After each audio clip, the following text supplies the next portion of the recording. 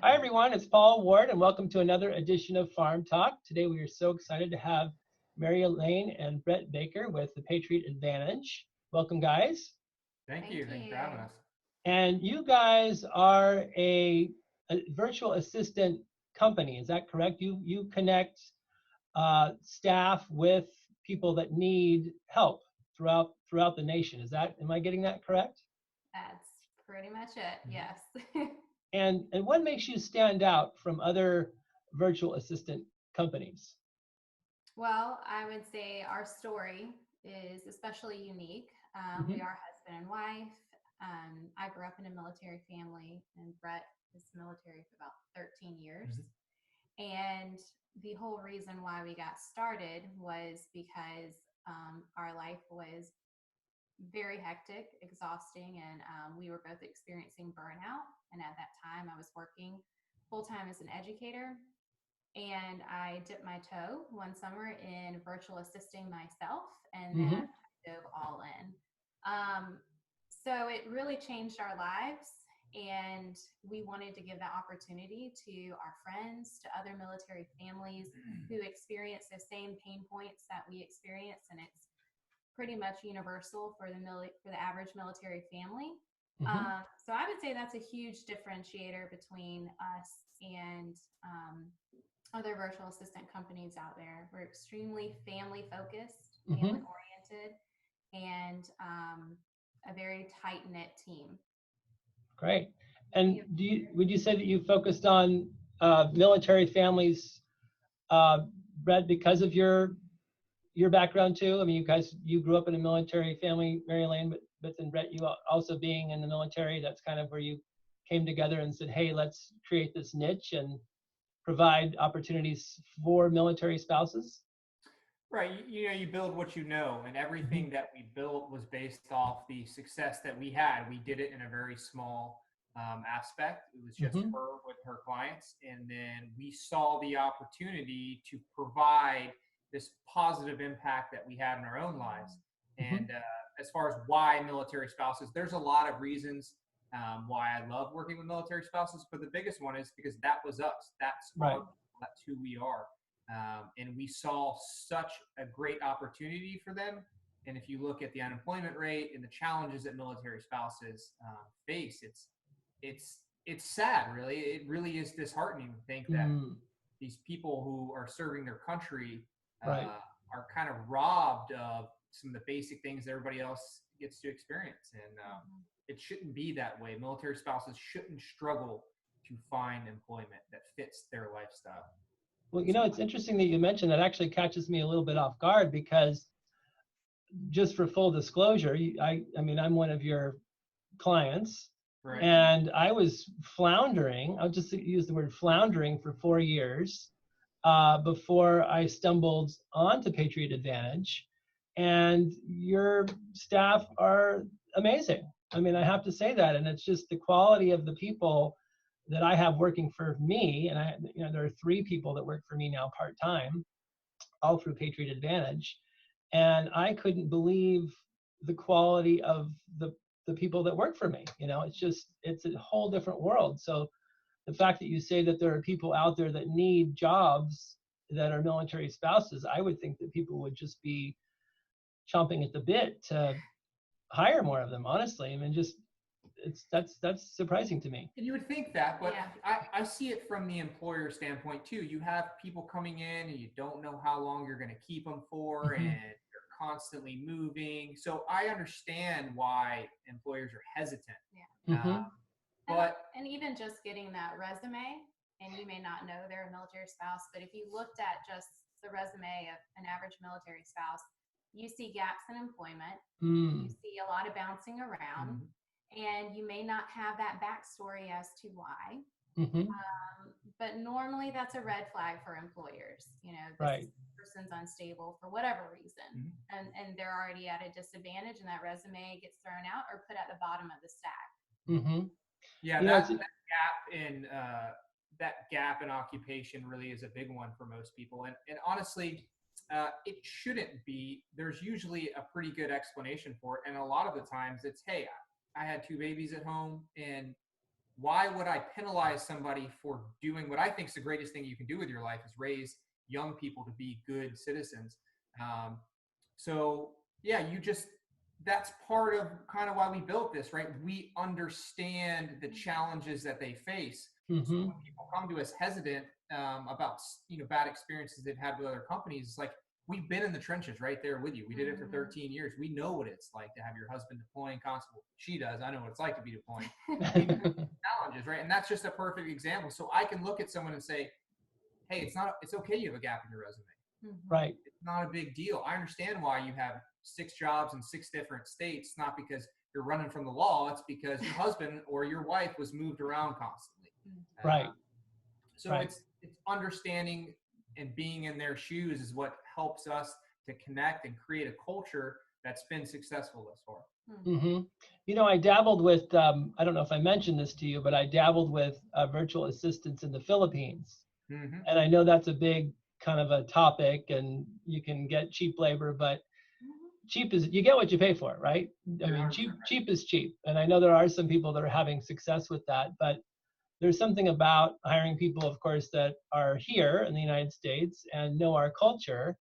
And with my business in particular, it would be very hard to have people working overseas to, talk the talk, right? So my employees are all here in the United States, virtually, but they know the culture. So it would be very hard for somebody to, use linguistics incorrectly if they don't know the culture. So it's definitely made a huge difference in my business, I must say. Absolutely. And even just the comfort and security level of letting somebody in another country. There's if say they do something illegal, how are you going to prosecute someone in the Philippines? You're taking a lot of risk there. And I'm sure, if I asked you, what is your comfort level with letting your 3-person team into your world? I'm sure you're quite comfortable with it, but those people, you've developed that relationship. It's not virtual. It is a real working relationship. It just happens to be through a computer or a phone. Right. And we talk every day. I don't talk to all 3 of them every day, but as needed. And we've never met in person, right? I've never met you guys in person, but I feel like I know you, and and I definitely feel like I know them. I mean, we were, Ivy and Kristen, we were Zooming twice this morning, which is very unusual, but at least twice a week. And then I'm texting them multiple times a day, emailing them, calling if needed, but, constant communication. And then, of course, 2 of my assistants are on different time zones, right? So I'm on the West Coast and 2 of them are on the East Coast. And then the 3rd one here is on the West Coast. But we've all made it work out, with our schedules. And of course, your support staff are great too, just making the transition work as well. So when people come on board, I never knew what do you call them, a SOP or an SOP? I mean, I never had any of that. I mean, I just when I filled out my application, you're like, what are the 3 things you're looking for? And I said, organization, organization, organization. Implementation, implementation. I don't know. I know what I need, but I don't know how to do it, so don't ask. Right? So, and they got it done. Yeah, just very high quality staff, I would say. Thank you. Thank you. Now, how do you find? I mean, yes, you have your niche of finding military spouses, but how do you go about finding them? Or how did you start? You probably created a name for yourself now, where people are coming to you more than they were in the beginning. But how do people find you, and how did that start out? Yeah, so when we started, we personally know so many people in this position. So the first person that we hired to be our assistant as we started to build a business was one of Mary Elaine's childhood friends, who happened to be married to a man in Ranger Battalion that I worked with. So it kind of started there, and just kind of hinting about to other people, hey, who's looking for work. And then it's the beauty of the internet after that, right? It's social media. We are ingrained in this environment, the society of military folks. So For us, it's been very easy to reach out and find people. But you're right, our reach has grown, and we do that personally by trying to attend more events and continue to build those relationships and connections throughout the military. But the biggest thing is social media is great, and all of these communities are very, very close knit. So every single unit has their own spouse support chain. They're all talking. So we have placement and access in this community, and it's been it hasn't been challenging for us. And partnering with certain nonprofits that line up with our values. And I mean, you can Google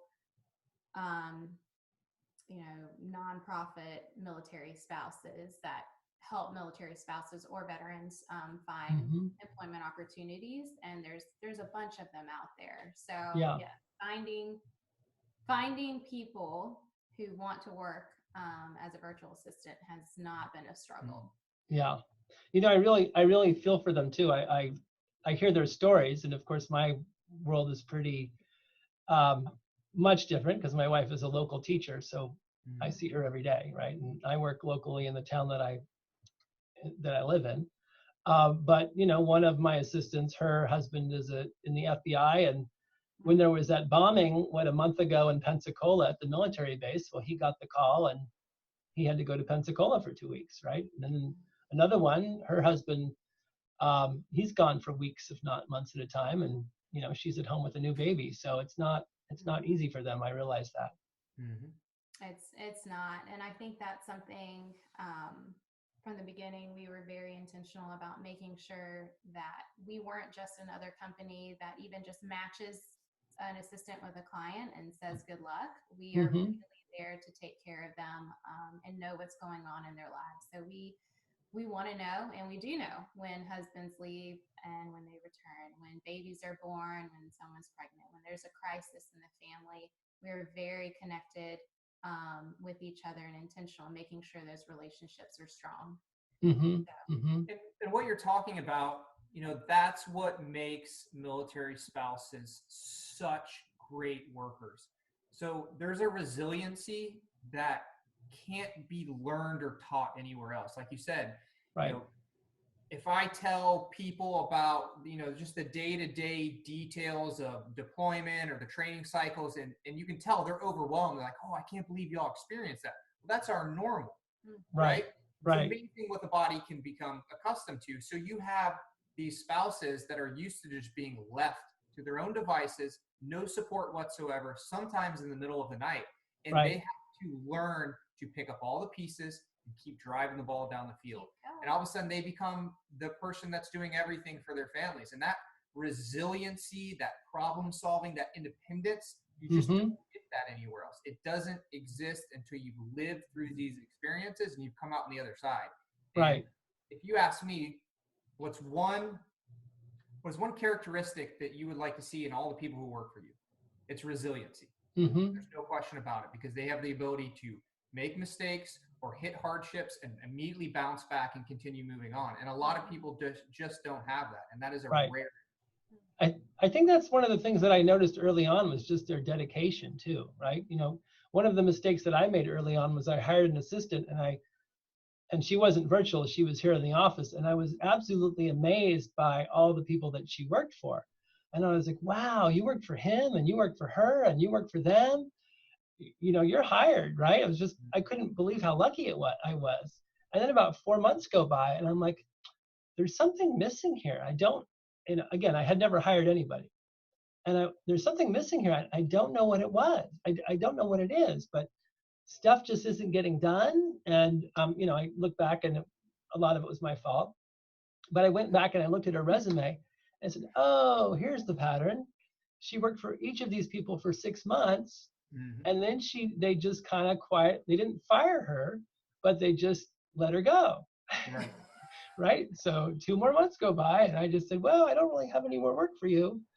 And, she just didn't have the dedication that I experienced immediately with, military spouses. It's just a radical difference. Yeah. It is. It's that level of investment. And that's something we look for And you know, you've experienced our milestones and what we're looking for at 30 day, 60 day, 90 day. And if that individual is not completely invested in your success and absorbing it as their own success at that point, it's just not going to work. Right. So, and those are things that you can't put down on a resume. Right. You can't, it's definitely more of an art to pinpoint that. Right. And do you guys have to turn people away, or that just doesn't happen too often in the military spouse world? Or turn clients or assistants? Assistants. Oh, I'm sure you turn some clients away. Oh yes. Yeah. Both. Okay. Yeah, we don't struggle with finding people who want to be assistants. So at the end of the day, even if they were all perfect fits, we have more assistants than we have clients. I hope maybe one day it'll be the other way around, but right. But yeah, we want to create jobs for military spouses. Right. We're a nonprofit. It is a business, and we have an obligation to our clients to give them the absolute best product that we can, and we're going to do that. And it takes time, it takes vetting, it takes getting to know people, but I have to be able to look you in the eye right now. You've never met me, and say, you can trust this person that you've never met, and you may physically never meet in person. Right. But I have to be able to say that to you with confidence, and I am a man of my word. I'm not going to say something that I don't believe in. Right. And that's just part of the deal. We send a lot of people away, and I wish we could give everyone a job who came looking for one. Right. But when we try to send them to other places, there's a lot of resources out there for military spouses to help them get on their feet, or find that career that they've just been missing. But any business, you're not going to be the best fit for every single person out there. Right.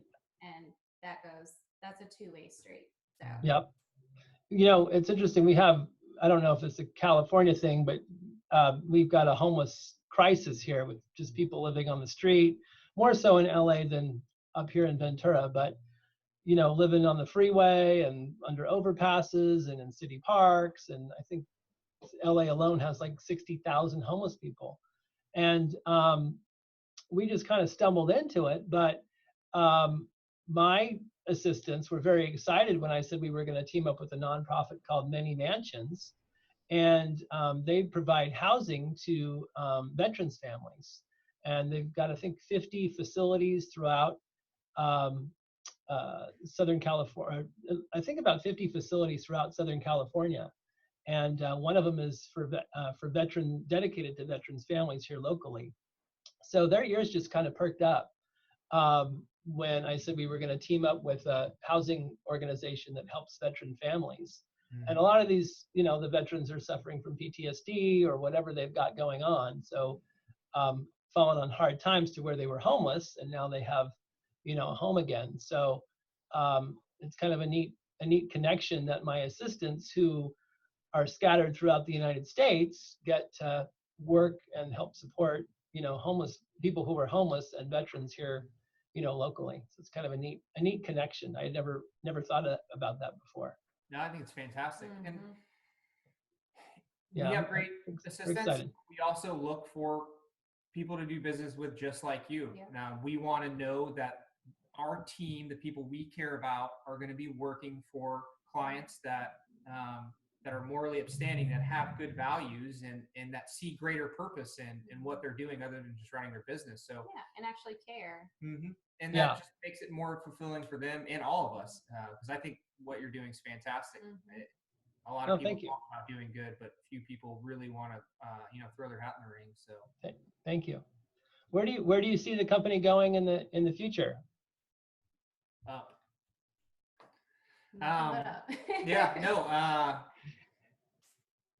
We had 2 years. We just hit 2 years. It's been extremely fun, and it's been a bit of a roller coaster ride. It's been a lot of learning experience. We're feeling very, very good about where we are. We're very excited about this coming year. I think the sky's the limit, but at the end of the day, our goal is to maintain a tidy business that holds on to its culture, that continues to care about its clients. So we would rather keep it small and keep it intimate and continue to have what we have now than try to blow the top off of it and let it get sloppy and lose that touch. Yep, that could certainly happen if you get too big too fast, especially. I've certainly learned that. Well, thank you guys. I appreciate this very much. It's been great talking to you. And again, I just appreciate what you've done for me and my company and my business, and help me get organized and help me implement. And my staff are amazing, and I certainly could not do it without them. And I just really appreciate them and appreciate you. And we'll certainly be, you know, as I continue to grow, I'm sure I'll be continuing to call on you in that capacity. So thank you very much.